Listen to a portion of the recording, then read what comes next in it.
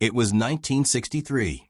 Robert Wise sat inside a wood-paneled office at 20th Century Fox, staring at a list of names that read like a Hollywood fever dream. Doris Day, Anne Bancroft, Audrey Hepburn, Grace Kelly. Every major female star in Hollywood had either been considered, approached, or quietly rejected for the role of Maria Von Trapp. The studio wanted a name that could carry a $8.2 million budget, one of the largest ever committed to a musical at that time. They wanted guaranteed box office. They wanted safe. What they got instead would change everything. Julie Andrews was not the obvious choice. She had never carried a major film before. Her screen debut in Mary Poppins had not even been released yet. Internally, Fox executives exchanged memos expressing serious doubt.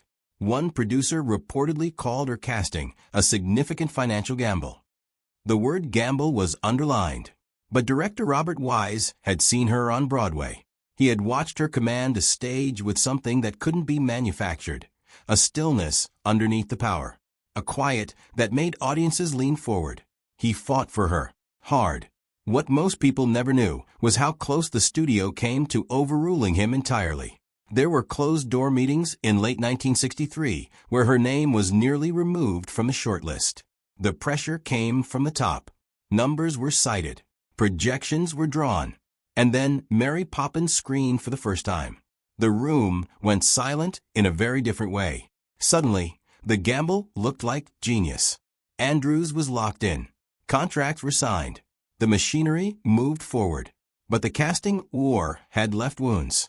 And not everyone on that production felt they had gotten what they truly wanted. Comment below. Did you grow up watching The Sound of Music? Tell us your first memory. Julie Andrews had the role. But the man cast beside her didn't want to be there at all. And he made sure everyone knew it. Christopher Plummer was a classically trained stage actor. He had performed Shakespeare at Stratford. He had earned standing ovations in London's West End. He carried himself with the kind of quiet authority that filled a room without a single word. And he despised every minute of making The Sound of Music.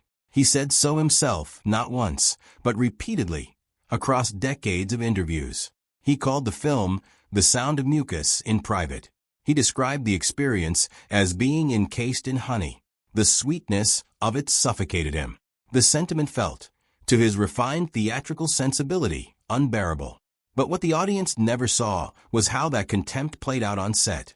Filming began in Salzburg, Austria, in March 1964. The cold was sharp. The morning started before sunrise. Cast and crew would gather in the pale gray light, breath visible in the air, waiting for the cameras to roll across those iconic mountain landscapes. Julie Andrews remembered the atmosphere between them as professionally correct. That phrase, professionally correct, said everything that polite language was designed to hide. There was no warmth, no natural chemistry. In the scenes where Captain Von Trapp was supposed to soften, where the audience needed to believe a hard man was learning to love again, Plummer had to manufacture every inch of it. Andrews, by contrast, brought instinctive openness to every take. The contrast was real. The tension was real. Director Robert Wise reportedly held private conversations with Plummer on multiple occasions, conversations that were never documented but were witnessed by crew members who spoke about them years later. Adjustments were made. Scenes were restructured. And yet, when the cameras rolled, something unexpected happened. The friction between them created an electricity that no amount of rehearsed warmth could have produced. The distance between Maria and the captain on screen, that careful, aching space, was not entirely acting. If this story is pulling at something in you, you already know what to do. But even that electricity couldn't save what happened next, because there were scenes being filmed that the studio would never allow the world to see. There is a version of The Sound of Music that no one has ever seen. Not the theatrical cut, not the 1965 re-release, not the restored 50th anniversary edition. A version that existed briefly on reels in editing rooms behind locked doors, before the studio made a series of very deliberate decisions about what the world was ready to receive. The cutting began quietly. Robert Wise had filmed several sequences that pushed the emotional boundaries of what 20th Century Fox believed a family musical could carry. One involved a far more explicit depiction of the Anschluss, the Nazi annexation of Austria, in March 1938. Wise had filmed it with a rawness that felt closer to a war film than a Broadway adaptation. Streets filled with soldiers. Swastika flags unfurling over buildings that real Salzburg families had called home for generations. The faces of ordinary people watching from windows, expressionless, terrified. It was historically accurate. It was visually devastating. The studio pulled it back. Significantly, their reasoning was documented in internal memos that surfaced decades later. The film needed to reach the widest possible audience. West Germany was a major theatrical market in 1965. Certain imagery, certain truths, were considered commercially dangerous. The balance between historical honesty and ticket sales was calculated carefully, and ticket sales won. But there was a second category of cut material that has received far less attention. Several scenes between Captain Von Trapp and Maria contained emotional confrontations that the censorship climate of 1964 would not comfortably allow. Not romantic in any explicit sense, but raw, psychologically raw. Scenes where the power dynamic between employer and governess was examined with an honesty that felt genuinely uncomfortable. Scenes where Maria's vulnerability was not softened into sweetness, but left exposed and sharp.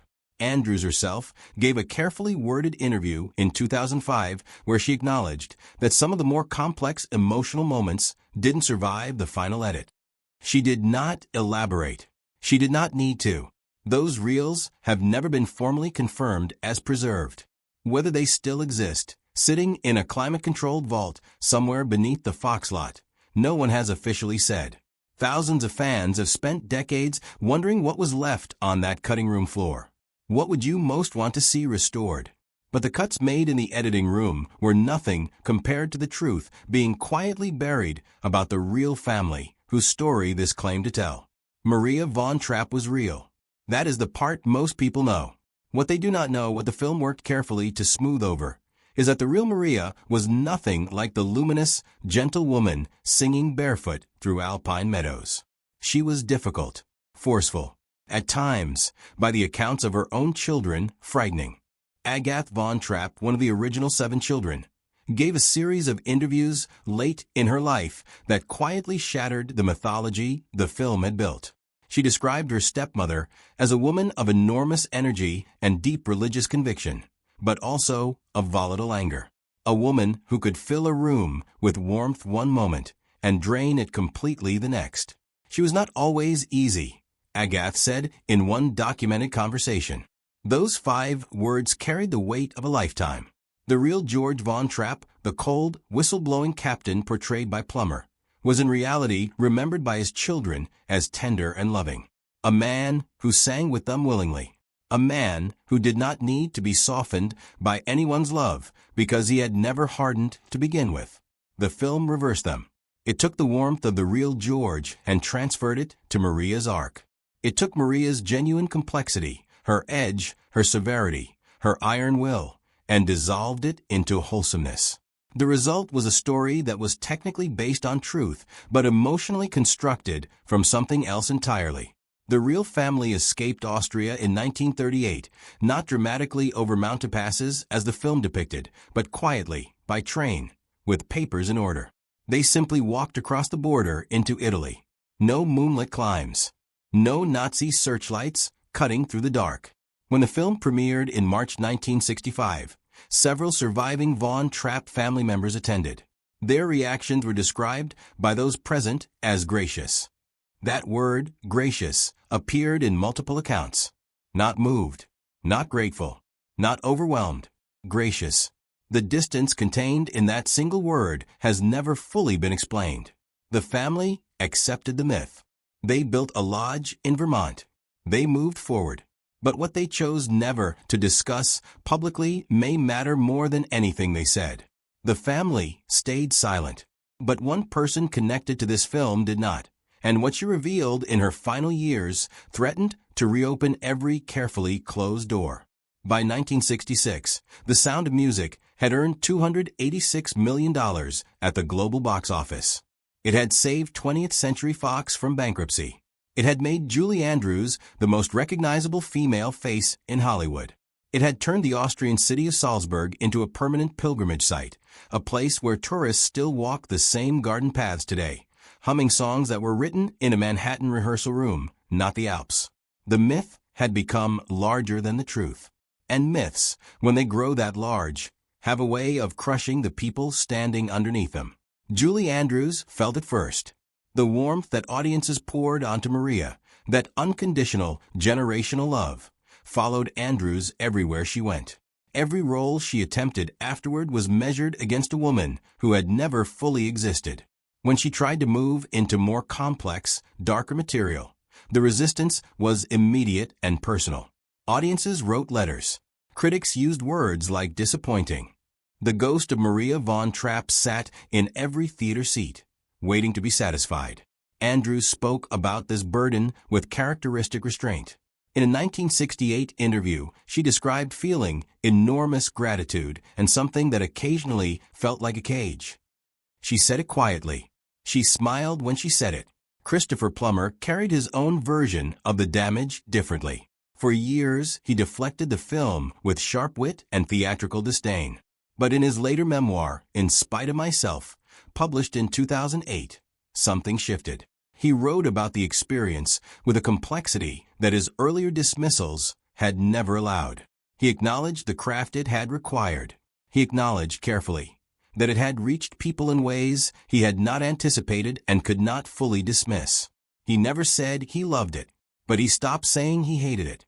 And then there was the city of Salzburg itself, a real place, with real history, real war wounds, real loss, permanently reframed in the global imagination as a backdrop for singing children, and a romance that had been substantially invented. The people who lived there never fully got their city back. If this story has stayed with you, there is more waiting. Stay curious and stay close. 60 years have passed since those cameras first rolled across the Salzburg Mountains. The reels have aged. The people have aged. Some of them are gone now. Christopher Plummer passed away on February 5, 2021, at his home in Connecticut, at the age of 91. He left behind a body of work that stretched across 7 decades of theater and film. And yes, somewhere in the middle of all that extraordinary craft, there were 7 children, a mountain, and a song the whole world knew by heart. He never fully made peace with that, but he never fully escaped it either. Julie Andrews turned 88 in 2023. She has not sung publicly in decades. A surgical procedure on her throat in 1997 permanently altered her voice. The instrument that carried Maria von Trapp across those hills, that filled cinemas in 1965 with something that felt like pure light, was silenced by a scalpel. She has spoken about that loss with a stillness that is almost unbearable to witness. The Von Trapp Family Lodge in Stowe, Vermont, built by the real family after their escape from Austria, still operates today. Guests walk its grounds without always knowing they are standing on land purchased by people who survived something the film only briefly, carefully touched.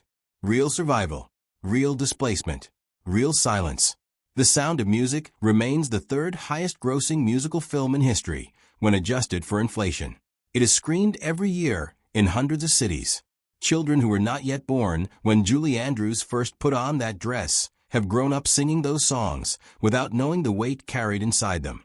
And somewhere in a vault, in an archive, in a memory not yet spoken aloud, the full story is still waiting. The scenes that were cut, the truths that were softened, the people who smiled graciously and said nothing. Every great film hides something. This one hid more than most. If this story moved you, there is another one waiting, one that goes even deeper.